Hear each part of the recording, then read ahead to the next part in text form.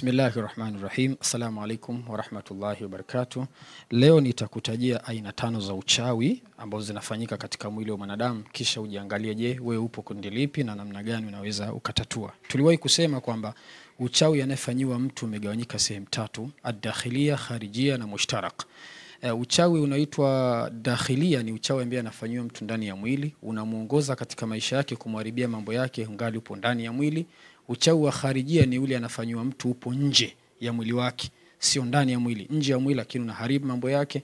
Mushtarak ni aina ya uchawi ambao unahusisha sehemu zote. Wenyewe unaweza kufanya movement kutoka ndani ya mwili kuja nje na kurudi ndani. Sasa kwa uchache tuangalie uchawi wa kharijia ambao ni wa dakhilia, ambao ndio watu wengi wanawasumbua. Dakhilia uko aina nyingi za uchawi ambaye mtu anaweza kufanyiwa. Yaani dakhilia ni aina ya uchawi ambao mtu anafanyiwa alafu unakuwa amewekewa ndani. Yaani kama ni hirizi, badala ya kufichwa sehemu, imefungiwa ndani ya mwili wako.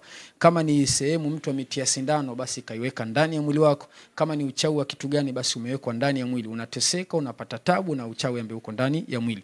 Aina ya kwanza ya uchawi katika uchawi aina 5 ambazo nazungumzia ni uqad. Uqad ni uchawi wa vifungo. Katika uchawi mtu hufungwa ili asipate pesa, asipate ndoa, asipate kazi, asipate kufaulu shule, asipate kuelewana na ndugu zake. Uchawi huu mtu anafanyiwa, unanuiziwa katika manuizi ya kichawi, lakini unaletewa usiku, unalishwa kama chakula au unalishwa kama dawa, unalishwa kama kitu chochote, kisha unahifadhiwa ndani ya mwili wako. Ukikaa ndani ya mwili wako uchawi, mwishoni nitataja dalili. Ukikaa ndani ya mwili wako, wewe mambo yako yanaanza kuharibika. Kwanza kabisa unakuwa huwezi kupata pesa. Fanya biashara utakavyofanya, lakini pesa huwezi kupata, na ukipata haiwezi kukidhi viwango, yani kufikia yale malengo yako ambayo unayataka. Hata kama unamdai mtu hawezi kukulipa. Yani hata kama kuna mtu anakudai ndio atakusakama na huwezi kupata deni la pesa ya kumlipa. Ili mradi tu wewe ukose, usifanikiwe katika mambo yako yote haribiki. Swala lolote linalohusu riziki ya fedha, uchumi, lazima ufeli. Uchawi wa uqad hapo umefungwa katika mwili wako, na uchawi huu ni aina ya kwanza kabisa ya uchawi. Ila hii unakuwa unatembea nayo ndani ya mwili. Kwa hiyo kila utakapokwenda wewe uko nayo. Hata ukisema ngoja mimi nenda South Africa nikatafute riziki, Tanzania hapa pamenishinda, ukienda kule mambo ni yale. Ngoja nende Switzerland, mambo ni yale. Urudi nyumbani, mambo ni yale. Aina ya pili ya uchawi ni uchawi wa nuks. Huu pia unaweza kufanyiwa ndani ya mwili. Uchawi huu utakufanya uchukiwe, utakufanya yani uchawi huu ufanyiwa mtu ili achukiwe na watu, asingiziwe tabia mbaya ambazo hana. Ajabu watu wakakuita mchawi, si ajabu watu wakakuita muhuni, si ajabu watu wakakuita wewe una tabia mbaya, si ajabu wakakuona wewe kazini ufai, si ajabu utendaji wako wote ukaonekana sio. Watu wakakuchukia pasina sababu za msingi. Lakini kwa nini? Kwa sababu ule uchawi upo ndani ya mwili wako. Aina ya 3 ya uchawi tunauita fasad. Fasad ni uchawi huu ambao hufanyiwa mtu ili awe na bahati mbaya tu. Mwanamke apate wanaume ambao hawana malengo na yeye, mwanaume apate wanawake wasiomfaa, hapate hasara katika biashara, akikopesha asilipwe, na akikopeshwa adaiwe kwa nguvu hadi afilisiwe. Fasad ni aina ya uchawi na kufanya wewe unakuwa na bahati mbaya. Yaani kila utakalolifanya. Kwa mfano kama ni mwanamke anataka kuolewa, atapata mwanamume aidha mlevi, aidha yeye ni Muislamu, mwanamume si Muislamu, aidha yule mwanamume anakuwa hana malengo ya kumoa. Akifanya biashara atapata hasara, atadhulumiwa, ili mradi awe na bahati mbaya. Atasafiri kutoka Tanzania, atakwenda nje kufanya kazi, alafu mafanikio hatoyaona. Tuma pesa nyumbani wamjengee nyumba, lakini nyumba haitojengwa. Akiwa nje atamtumia pesa mtu fungua biashara, haitofunguliwa. Na hizi ni kesi nyingi sana kwa watu wanaokwenda nje kufanya kazi. Aina ya 4 ni uchawi wa mufzia. Mufzia ni uchawi huu humfanyiwa mtu ili ataabike katika ndoto za vitisho, mara vifo, mara wanyama wakali wa porini, mara kuruka hewani, mara kupanda milima au kugombana, ili mradi tu ndoto za kutisha. Mufzia ni uchawi ambao unamfanya mtu anakuwa na wasiwasi katika nafsi yake. Kuna mwingine ndoto zake zote ni za kifo, wasiwasi wake kuwa atakufa, atapoteza kazi, atafanya hivi, ataachika, mimba itatoka, ili mradi tu anakuwa na tabu, ni mtu wa mashakili muda wote. Ndio uchawi wa mufzia. Mufzia unaathiri ndoto, utaota ndoto mbaya za kukutisha na kukuharibia mambo yako. Aina ya 5 ya uchawi ni ahsas. Ahsasi hii ni uchawi huu wa hisia, unafanyiwa ili uwe na hisia mbaya tu, pia kukosa hisia ya tendo, kuhisi maumivu wakati wa tendo, kuhisi una mimba kumbe huna, kuhisi kuna mtu anakufata au umelala na mtu, kuhisi unasemeshwa, kuhisi unaitwa.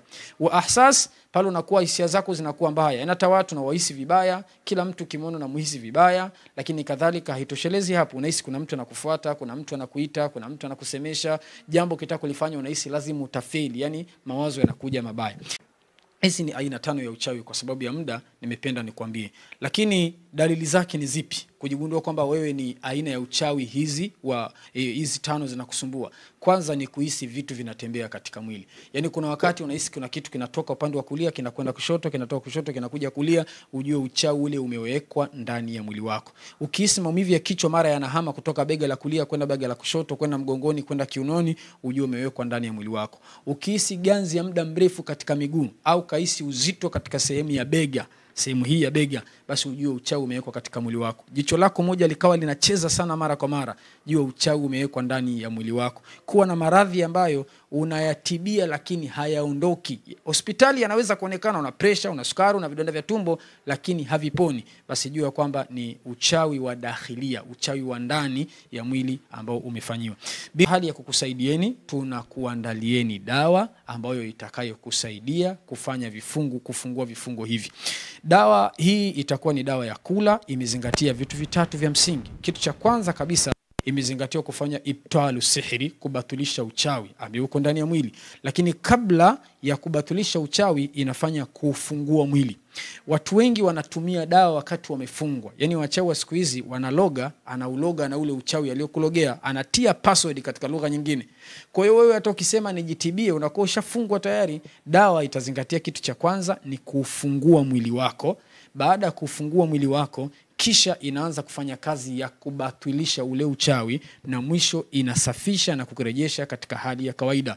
Dawa hii utatumia kunywa biidhnillahi taala, itakuwa katika chupa, na itakuwa ni dawa nzuri sana ambayo itakayokufaa. Nadhani tutakuleteni tangazo maalum ambalo litakuwa sasa lina maelezo ya kutosha na namna ya matumizi ya dawa hii ambayo tunaiandaa, lakini gharama zake tunataka kila mtu aweze.